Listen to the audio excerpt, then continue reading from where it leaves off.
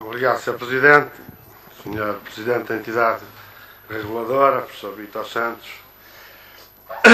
Eu, sem desmerecer o seu trabalho, começaria naturalmente a fazer aqui uma inicial abordagem política desta questão, porque como muito bem disse, o problema dos preços da energia elétrica dependem de opções políticas deste e dos anteriores governos, daquilo que neste momento estamos a pagar. E percebemos, por exemplo, a razão do Partido Socialista, preocupado com a subida anunciada de 2,9% para 2010, depois de ter subido 4,9% em 2009, com uma taxa de inflação negativa, menos 1%, porque é algo que se devia ter em conta, se esqueceu de chamar cá o Presidente da entidade reguladora, porque é a forma de desresponsabilizar o poder político por um problema central, que é o problema da energia elétrica em Portugal. É uma evidência que a entidade reguladora atua num quadro legislativo e regulamentar e, portanto, faz opções fundamentais que determinam que Portugal tenha os preços que tem de energia elétrica. E essa é a questão. Eu julgo que precisamos de perceber, nesta entidade reguladora, nesta entidade de reguladora, como noutras que se foram montando exatamente com este objetivo de tentar desresponsabilizar o político das responsabilidades que tem em opções de política fundamental, como aliás foi aqui absolutamente claro. Nós estamos perante uma subida de 2,9%, média, é o dobro da taxa de inflação prevista pelo Banco de Portugal. Portanto, temos bem a ideia, é provavelmente dos produtos que mais vai subir em 2009, com tudo o que isto significa do ponto de vista das famílias e das empresas, como aqui, aliás, já foi referido. A entidade reguladora, por exemplo, refere, portanto, do meu ponto de vista, tentando subestimar o valor da subida, e não devemos deixar de ter em conta a subida que já se tinha verificado em 2009, insisto, com taxa de inflação negativa, menos 1%, diz-nos que a fatura média vai subir 1,07 euros por mês. É muito interessante este valor. Sabe porquê, Sr. Presidente da Autoridade da Concorrência?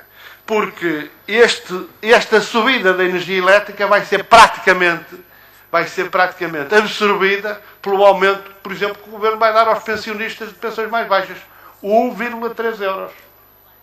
Os pensionistas de pensões mais baixas vão ter um aumento por mês de 1,3 euros.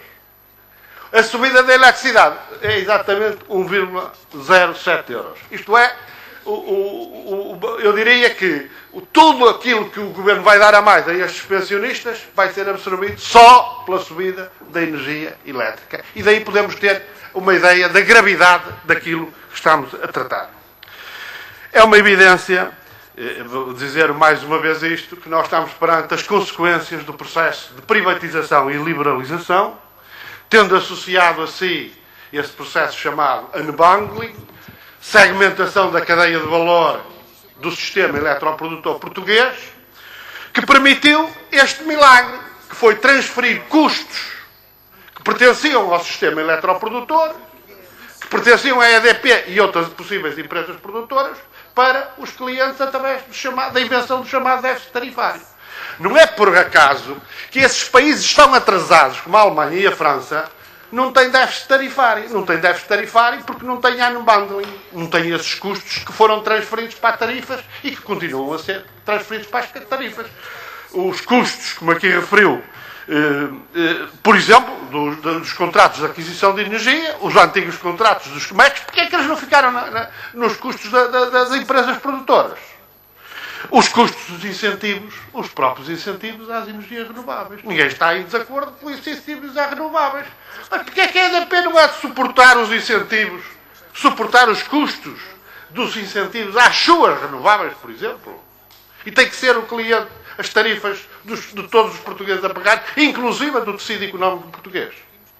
E este é um problema político de fundo que, do meu ponto de vista, se ampliará inevitavelmente se a segmentação unbundling passar também para a distribuição como, sem qualquer vantagem, como do nosso ponto de vista é claro.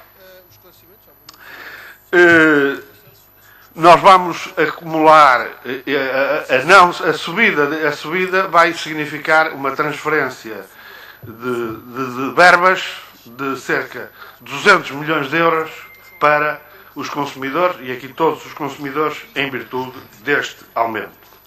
Julgamos que isto é completamente inaceitável. Portugal tem preços médios, como referiu, sem impostos, em geral, superiores à média da União Europeia.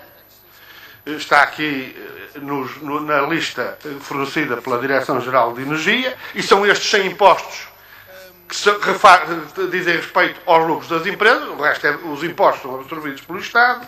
O poder de compra dos portugueses é muito inferior e a EDP apresenta os lucros que são conhecidos.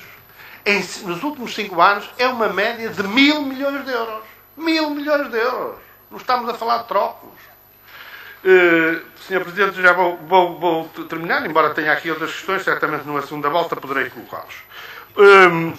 Mesmo que os lucros, e, portanto, há aqui esta visão, os lucros da EDP dividem-se em lucros estrangeiros e lucros nacionais, mas eu diria que mesmo os lucros que aqui referiu, de 10% a 20%, suponhamos que pegávamos nos lucros da EDP decorrente das atividades nacionais, 200 milhões de euros. Então, destes 200 milhões de euros, 100 milhões não podem ser utilizadas na absorção do déficit tarifário. Qual é a dúvida? É um problema político, naturalmente, das opções que são feitas a favor dos acionistas da EDP e também dos administradores, inevitavelmente, por tudo aquilo que nós sabemos.